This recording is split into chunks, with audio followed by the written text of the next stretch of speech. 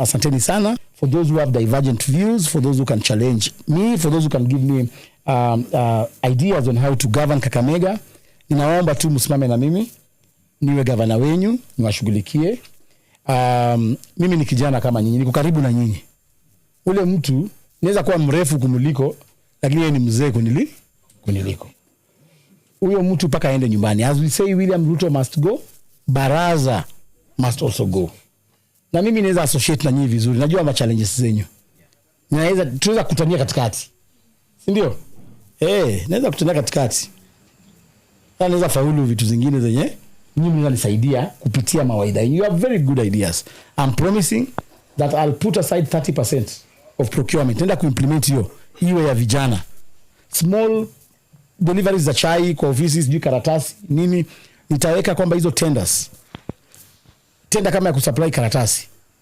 Sita advertise ati mtu mmoja ndio advertise karatasi yote Kakamega, because he will require to supply a tender of 50 million na nyinyi hamna.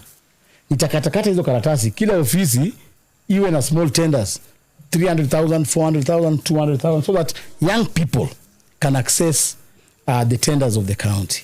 Employment, I'll also adhere my cabinet 30% paka ikuwe vijana. Na nikisema vijana na maanisha vijana na wasichana. Si ndio? Mimi kama deputy party leader wa DCP, nomination slots, I am going to ensure that we nominate young people in the county assembly as an incubation center. So that mnaweza enda pale kwa county assembly. Na nimefanya hivyo before, mmeona wale ambao walisimama kwa ANC. Nilinominate paka mama mboga. Nimenominate paka yule youth leader wetu anaitwa Doris Matere. Nimemweka kwa viti. So trust me. Bonga la Clio.